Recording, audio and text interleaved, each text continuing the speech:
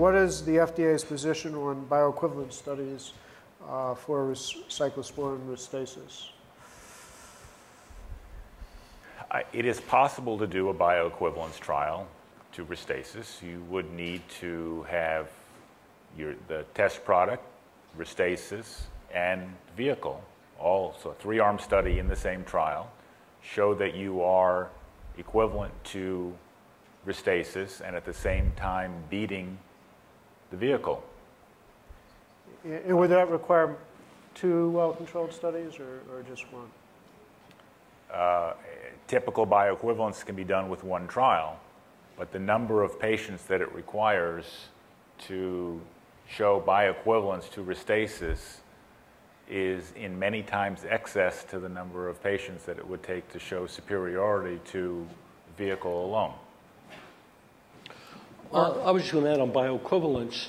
Once you get to that stage, even having a discussion with Wiley, often something's happened. The landscape has changed. There's a drug that's actually showing effect. What does that mean? That means if you go back and you carefully look at the data, and I can't emphasize how important that is in an ongoing program, that you utilize the information to find out where is the sweet spot for responders, who really responds. And there's a group of patients, and we know about it, who actually get worse on our drug. I don't know whether it's a random happening, but that's hidden in that 30% non-responder rate that we sort of live with and we don't quite understand.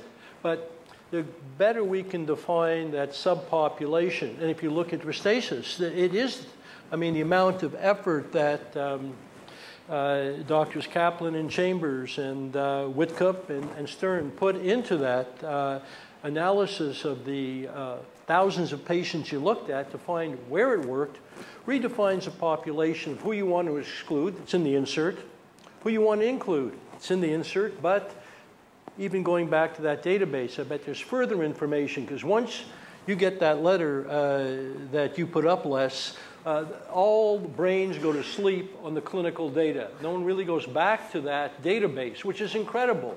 The cost of acquiring that information is huge. The amount of information hidden within it is monstrous.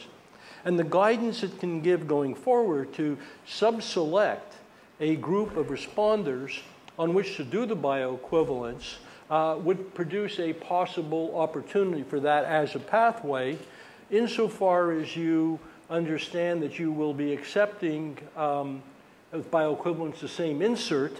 And my question then becomes, while this may point you to an NDA and forget a bioequivalence, which sounds better than it really is, but having done what I've said, which is sort of a rational, clinical, step-by-step approach, now I go back to you, Dr. Chambers, and I say, okay, I want to do a bioequivalence in this responder subgroup. What are you going to tell me? If you want to spend your time and effort doing it, you're welcome to do so.